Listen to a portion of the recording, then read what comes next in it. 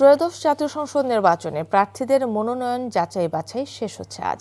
সকাল থেকে চলছে মনোনয়ন যাচাই বাছাই, যেখানে প্রার্থীদের মনোনয়নপত্রের তথ্য সঠিক আছে কিনা, হলফনামায় যেসব তথ্য দেওয়া হয়েছে তার সঠিকতা, আয় ব্যয়ের হিসেব ঠিক আছে কিনা এসব তথ্য যাচাই করে প্রার্থীদের বৈধতা দেওয়া হয়।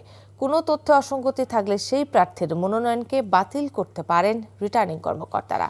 নির্বাচন ঘিরে এরই মধ্যে বেশ কয়েকদিনে অধিকাংশ আসনের প্রার্থীদের মনোনয়ন যাচাই বাছাই কার্যক্রম শেষ হয়েছে। শনিবার বিএনপির ভারপ্রাপ্ত চেয়ারম্যান তারেক রহমান ও জামায়াতের আমির ডক্টর শফিকুর রহমানের মনোনয়ন বৈধ ঘোষণা করেন রিটার্নিং কর্মকর্তারা।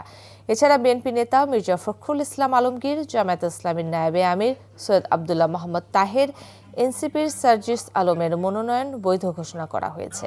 এদিনে বাতিল হয় স্বতন্ত্র প্রার্থী ডাক্তার তসনিম জারা সহ বেশ কয়েকজনের মনোনয়নপত্র।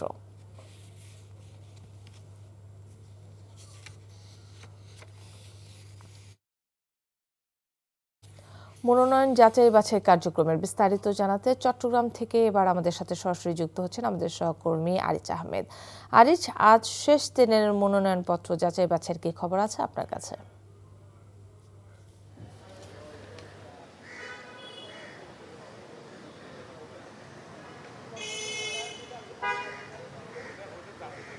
হ্যাঁ, কাকলী, চট্টগ্রামের যে ১৬টি সংসদীয় আসন আছে, এই ১৬টির মধ্যে আজকে চট্টগ্রাম মহানগরের গুরুত্বপূর্ণ ৩টি আসনের মনোনয়নপত্র যাচাই বাছাই করা হচ্ছে শেষ দিনে।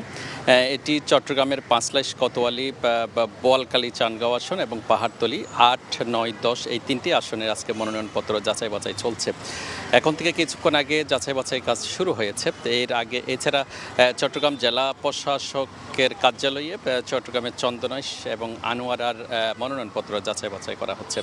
চট্টগ্রাম শহরে যে চট্টগ্রাম মহানগর ও আশেপাশে যে 5টি সংসদীয় আসন আছে, এর মধ্যে একটি আসন বন্দর পতেঙ্গা আসনে, সেখানে মনোনয়নপত্র যাচাই হচ্ছে আঞ্চলিক নির্বাচন কর্মকর্তার কার্যালয়ে, এবং সেখানে বিএনপির মনোনীত প্রার্থী আমির খসরু মাহমুদ চৌধুরীকে বৈধ ঘোষণা করা হয়েছে। এছাড়া গতকাল যে সর্বশেষ যে চট্টগ্রাম 5 আসনের যে মনোনয়নপত্র যাচাই করা হয়েছিল, সেখানে বিএনপির মনোনীত প্রার্থী মীর হেলাল উদ্দিনকে বৈধ করা হয়েছে এবং জাতীয় পার্টির প্রার্থী ব্যারিস্টার আনিসুল ইসলাম মাহমুদকে আসলে তার মনোনয়নপত্র অবৈধ ঘোষণা করা হয়েছে।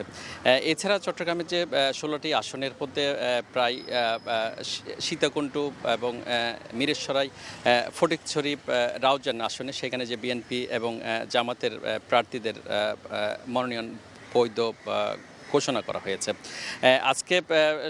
আজকে শেষ দিনে চট্টগ্রামের যে মোট 5টি আসনের মনোনয়নপত্র যাচাই বাছাই হচ্ছে এবং বিকেল নাগাদ কারা সেখানে বৈধ এবং অবৈধ ঘোষণা করা হবে তা জানা যাবে।